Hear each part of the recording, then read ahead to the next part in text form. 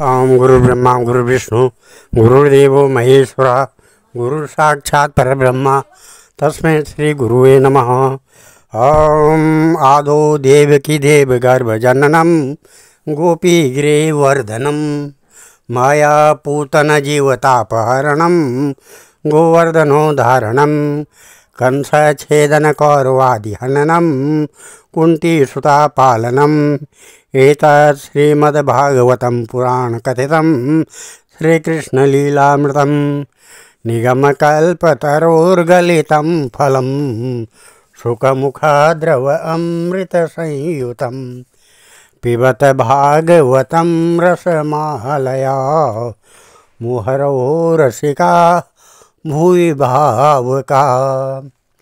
श्रीमन्नारायण नारायण नारायण भजमन नारायण नारायण नारायण लक्ष्मी नारायण नारायण नारायण श्रीमन्नारा बद्री नारायण नारायण नारायण। भगवान श्री कृष्ण नारायण जी के चरण कमलों में नतमस्तक होकर के गुरु श्री वेद व्यास जी, गुरु श्री माधवाश्रम जी, गुरु श्री सुखदेव जी, गुरु श्री सुत जी, गुरु श्री मैत्रेय जी और गुरु श्री नारद जी और श्री परीक्षित महाराज जी के चरण कमलों में नतमस्तक होकर के हम ये श्रीमद् भागवत महापुराण के चतुर्थ स्कंद के चौथा अध्याय शुरू करने जा रहे हैं, जिसमें कल सती का पिता के यहाँ यज्ञोत्सव में जाने के लिए आग्रह करना ये संदर्भ था और आज है सती का अग्नि में प्रवेश। ओम मैत्रेय उवाचा एतावदुक्त्वा विरराम शंकरा पत्न्याङ्गनाशं शुभयत्र चिन्तयन् सुहृद्दिक्षु परिसंकिता भवा निष्कामति निर्वसति दुदासा सुहृद्दीक्षा प्रतिघात दुर्मना स्नेहद्रुदत्यश्रुकलाति विह्वला भवं भवान्या प्रतिपुरुखं रुषा प्रदक्ष्यति वैक्षत जाति बेपथु ततो विनिश्वस्य सती अभ्यायतं शोकेन रोषेण च दूयता हृदा पितॄर्गास्त्रेण विमूढगृहान् प्रेम्णात्मनो यो अर्धमदात्सतां प्रिया तामन्वगच्छन् द्रुतविक्रमा सतीम् एकां त्रिनेत्रानुचरा सहस्रशा सर्पार्षदयक्षा मणिमन्दादया पुरो वृखेन्द्रास्तरसा गतव्यथा तां सारिकाकन्दुकदर्पणाम्बुजं श्वेतात् पत्राभ्यजनस्त्रगाधवी गीताय निर्द्वन्द्वविशङ्कवेणुभिर्वृखेन्द्रमारोप्य विकण्ठितायुः।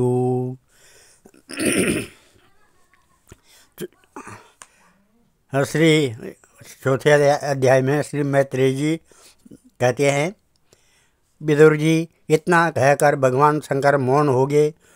कल के उन्होंने शंकर भगवान ने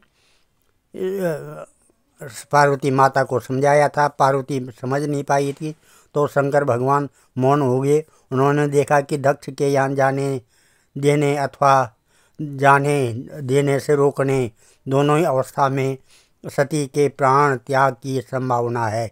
इधर सती जी भी कभी बंधुजनों को देखने जाने की इच्छा से बाहर आती और कभी भगवान शंकर रुष्ट न हो जाए इस शंका से फिर लौट जाती।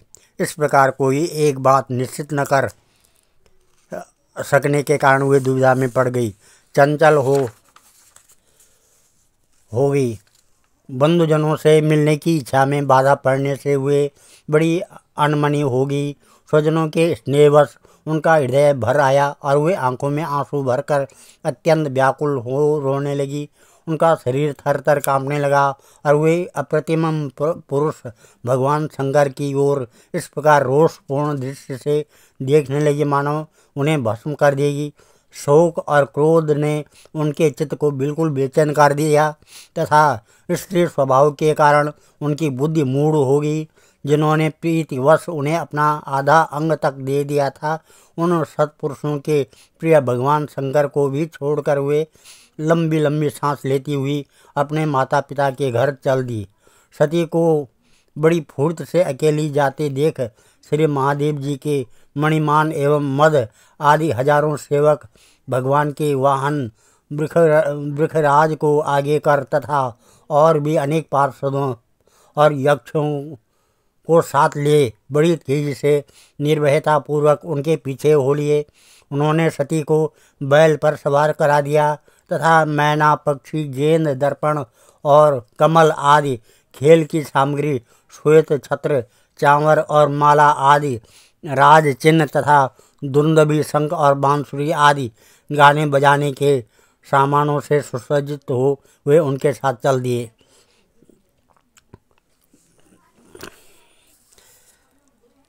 आभ्राग्य घोषोर्जित यज्ञ वैशसम विपर्षिजुष्टम विवदेश सर्वसा मुदार वया कांचन दर्भ चर्मभि निशिष्ट भाण्डम यजनम समाविशत् तामागतम तत्र न कंचाद्रियत विमानितम यज्ञकृतो भयांजनो ऋतिः स्वशीर्वे जननी च सादरा प्रेमाश्रुकण्ठस्य परिस्वजरूर्मूर्धा सौंदर्य संप्रसन समर्थ वार्तया मात्रा च मातृ सविशिष्य सादरम दत्तं सपर्याम्बरमासनं च सा नादात् पित्रा प्रतिनन्दिता सती आरुद्रभागं तमुवेक्षिताधुरं पित्रा च देवे कृतहेलनं विभो अनादृतं यज्ञसदस्यधीश्वरी चुकोपलोकानिवक्षति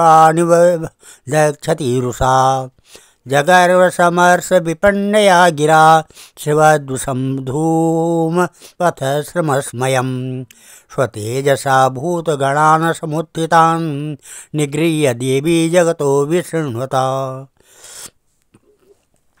इस प्रकार से तदंतर सती अपने समस्त सेवकों के साथ दक्ष की यज्ञशाला में पहुंची। वहाँ वेद ध्वनि करते हुए ब्राह्मणों में परस्पर होड़ लग रही थी कि सबसे ऊंचे स्वर में कौन बोले। सब और ब्रह्मर्षि और देवता विराजमान थे तथा जहाँ तहाँ मिट्टी, काठ, लोहे, सोने, डाब और चर्म की पात्र रखे हुए थे।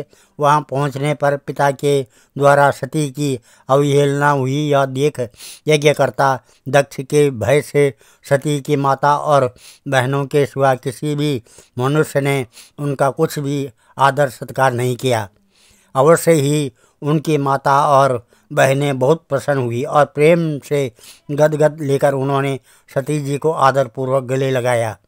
किंतु सती जी ने पिता से अपमानित होने के कारण बहनों के कुशल प्रश्न सहित प्रेम पूर्ण वार्तालाप तथा माता और मौसियों के सम्मान पूर्वक दिए हुए उपहार और सुंदर आसन आदि को स्वीकार नहीं किया। सर्वलोकेश्वरी देवी सती का यज्ञ मंडप में तो अनादर हुआ ही था। उन्होंने यह भी देखा कि उस यज्ञ में भगवान शंकर के लिए कोई भाग नहीं दिया गया है और पिता दक्ष उनका बड़ा अपमान कर रहा है, जिससे उन्हें बहुत क्रोध हुआ। ऐसा जान पड़ता था मानो वे अपने रोष से संपूर्ण लोगों को भस्म कर देगी। दक्ष को कर्म मार्ग के अभ्यास से बहुत घमंड हो गया था। उसे शिवजी से द्वेष करते देख जब सती के साथ आए हुए भूत उसे मारने को तैयार हुए तो देवी सती ने उन्हें अपने तेज से रोक दिया और सब लोगों को सुनाकर पिता की निंदा करते हुए क्रोध से लड़खड़ाती हुई वाणी में कहा। देवी ने कहा,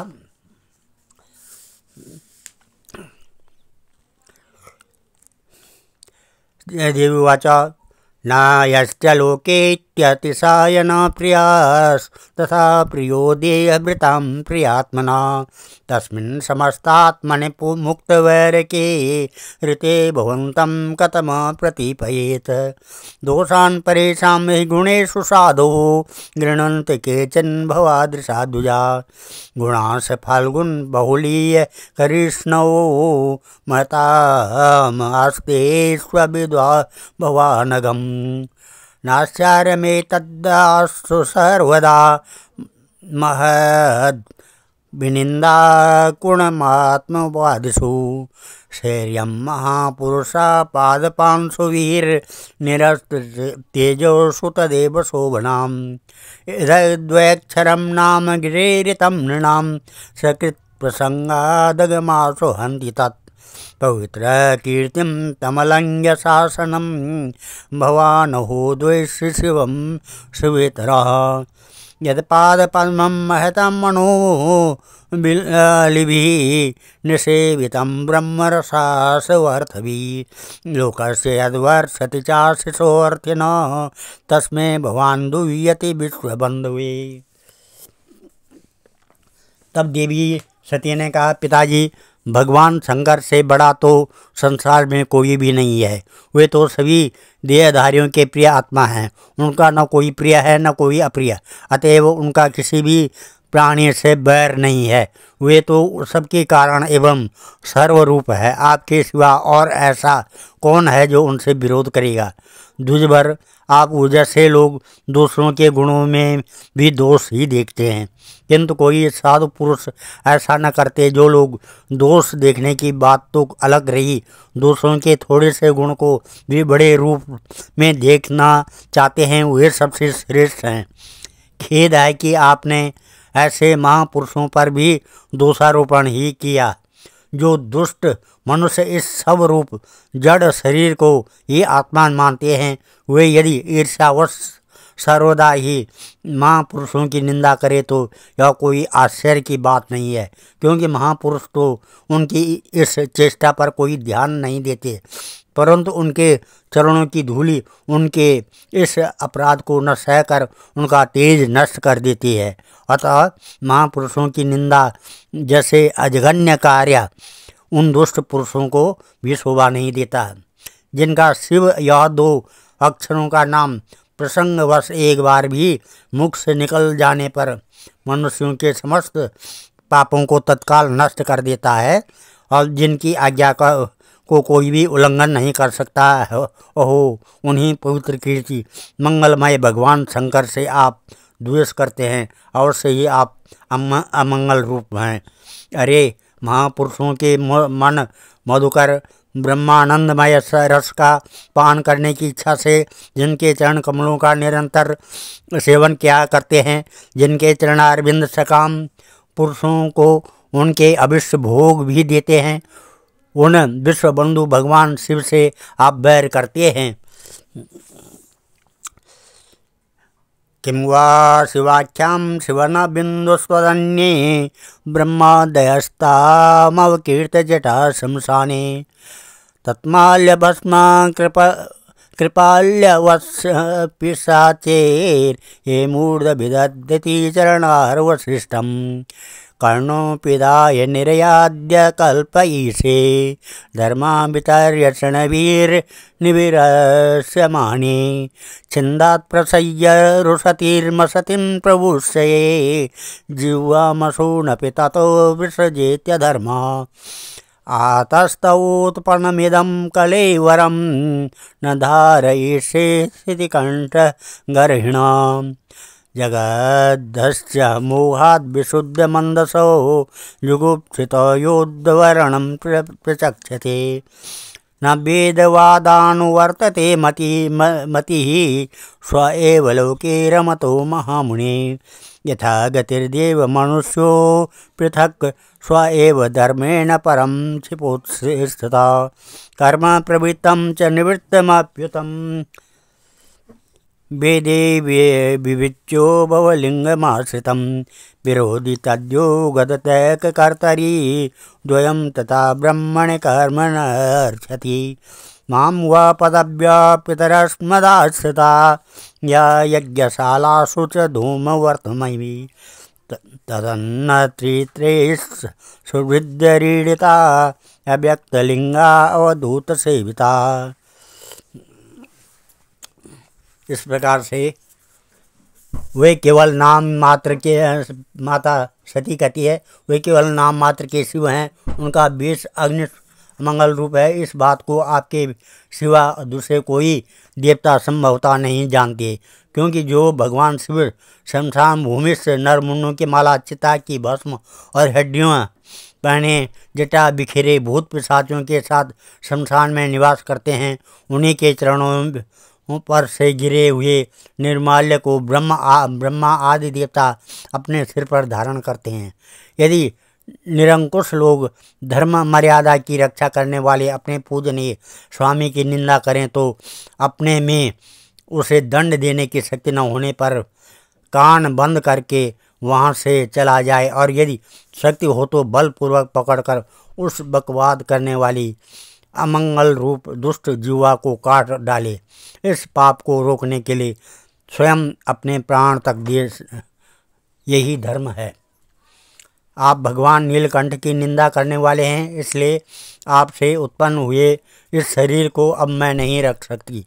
यदि भूल से कोई निंदित वस्तु खा ली जाए तो उसे वमन करके निकाल देने से ही मनुष्य की शुद्धि बताई जाती है। जो महामुनि निरंतर अपने स्वरूप में ही रमण करते हैं,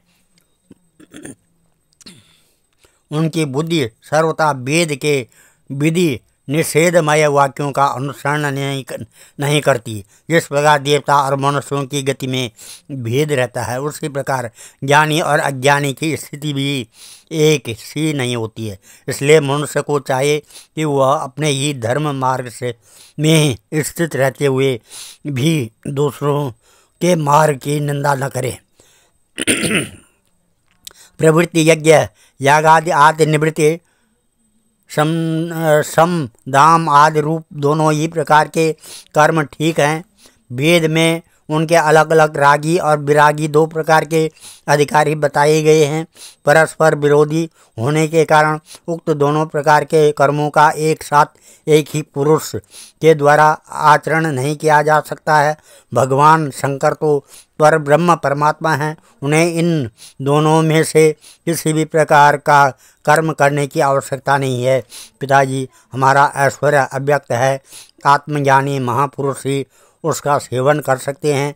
आपके पास वह ऐश्वर्य नहीं है, और यज्ञशालाओं में ज्ञान से तृप्त होकर प्राण पोषण करने वाले कर्मठ लोग उसकी प्रशंसा भी नहीं करते हैं। नेतेन देयेन हरे कृतागसो देहो भवेनालमलं कुजन्मना बीड़ा ममा भूत सुख कुजन्न प्रसंगत तज्जन्म दिग्यो महता वधत्कृतं गोत्रं त्वदीयं भगवान वृकध्वजो दाक्षायणी त्याह यदा सुदुर्मनः व्यपेत नरमा स्मितमासु तदध्ययं व्युतस्त्रयत् कुकुरणं त्वदंगमम्। आप भगवान शंकर का अपराध करने वाले हैं, अतः आपके शरीर से उत्पन्न माता पार्वती कह रही है कि आप भगवान दक्ष प्रजापति को, आप भगवान शंकर का अपराध करने वाले हैं, अतः आपके शरीर से उत्पन्न इस निंदनीय देह को रखकर मुझे क्या करना है। आप जैसे दुर्जन से संबंध होने के कारण मुझे लज्जा आती है। जो महापुरुषों का अपराध करता है उससे होने वाले जन्म को भी धिक्कार है। जिस समय भगवान शिव आपके साथ मेरा संबंध दिखलाते हुए मुझे हंसी में दाक्षायणी दक्ष कुमारी के नाम से पुकारेंगे, उस समय हंसी को भूलकर मुझे बड़ी ही लज्जा और खेद होगा। इसलिए उसके पहले ही मैं आपके अंग से उत्पन्न इस सबतुल्य शरीर को त्याग दूंगी। श्री मैत्रेय जी कहते हैं, इत्वद्वरे दक्ष मनुज शत्रुहन छिता बुधिचिम निषसाद शांतवाक। स्पृष्टा जलं पीतदुकूलसंवृतां निमील्य दृग्योपथं समाविशत् कृत्वा समानां वनिलोजितासना सोदानम् उत्थाप्य च नाभिचक्रता सन्निहितं स्थाप्य दियोरथीस्ततं कंठाद्भ्रूमध्यनिन्दितानयत् एवं स्वदेहं महतं महीयसा मुहुः समारोपित अंकमादरात् जहासती दाक्षरुषा मनस्विनी ददार गात्रेष्वनिलाग्निधारणं तथा स्वभर्तु चरणाम्बुजाशवं जगद्गुरो चिन्तयति च चापरं ददर्श देहो ओधितकल्मषा सती सद्य प्रजल्वाथमदीजग्निना। श्री मैत्रेय जी कहते हैं कि कामादि शत्रुओं को जीतने वाली विदुर जी उस यज्ञ मंडप में दक्ष से इस प्रकार कह देवी सती मौन होकर उत्तर दिशा में भूमि पर बैठ गई। उन्होंने आचमन करके पीला वस्त्र ओढ़ लिया तथा आंखें मूंद कर शरीर छोड़ने के लिए वे योग मार्ग से स्थित हो गई। उन्होंने आसन को स्थिर कर प्राणायाम द्वारा प्राण और अपान को एक रूप करके नाभि चक्र में स्थित किया। फिर उदान वायु को नाभि चक्र से ऊपर उठाकर धीरे धीरे बुद्धि के साथ हृदय में स्थापित किया। इसके पश्चात अनिंदिता सती उस हृदय स्थित वायु को कंठ मार्ग से भ्रुकुटियों के बीच में ले गई। इस प्रकार जिस शरीर को महापुरुषों के भी पूजनीय भगवान शंकर ने कई बार बड़े आदर से अपनी गोद में बिठाया था, दक्ष पर कुपित होकर उसे त्यागने की इच्छा से महामनस्विनी सती ने अपने संपूर्ण अंगों में वायु और अग्नि की धारणा की। अपने पति जगत गुरु भगवान शंकर के चरण कमल मकरंद का चिंतन करते करते सती ने और सब ध्यान भुला दिए। उन्हें उन चरणों के अतिरिक्त कुछ भी दिखाई नहीं दिया। इससे वे सर्वथा निर्दोष अर्थात मैं दक्ष कन्या हूँ ऐसे अभिमान से भी मुक्त होगी और उनका शरीर तुरंत ही योगाग्नि से जल उठा। तत्पश्यतां खे भुवि चाद्भुतं महत् हेतुवादासु महान् जायत हन्ता प्रिया दैवतमस्य देवी जहा वसुन्केन सती प्रगुपिता अहो अनात्म्यं महदस्य पश्यत् प्रजापतेर्यस्य चराचरं प्रजा जहा वसून्नवद् यद् विमतात्मजा सती मनस्विनी मानमवीक्षणम् अर्हति सोऽयं दुमर्षहृदयो ब्रह्मदृक्सः लोके अप्यकीर्तिं महतीमवाप्स्यति यदङ्गजां स्वां पुरङ्ग द्विरुद्यतां न प्रत्येष धन्यामृते पराधता। इस प्रकार से उस समय वहाँ आए हुए देवता आदि ने जब सती का देह त्याग रूप यह महान आश्चर्यमय चरित्र देखा तब वे सभी हाहाकार करने लगे और भयंकर कोलाहल होने लगा। आकाश में एवं पृथ्वी तल पर सभी जगह फैल गया। सब और यही सुनाई देता था, हाय दक्ष के दुर्व्यवहार से कुपित होकर देवादिदेव महादेव की प्रिया सती ने प्राण त्याग दिए। देखो सारे चराचर जीव इस दक्ष प्रजापति की ही संतान है, फिर भी इसने कैसी भारी दुष्टता की है। इसकी पुत्री शुद्ध हृदया सती सदा ही मान पाने के योग्य थी, किंतु इसने उसका ऐसा निरादर किया कि उसने प्राण त्याग दिए। वास्तव में यह बड़ा ही असहिष्णु और ब्राह्मण द्रोही है। अब इसकी संसार में बड़ी अपकीर्ति होगी। जब इसकी पुत्री सती इसी के अपराध से प्राण त्याग करने को तैयार हुई तब भी इस शंकर द्रोही ने उसे रोका तक नहीं।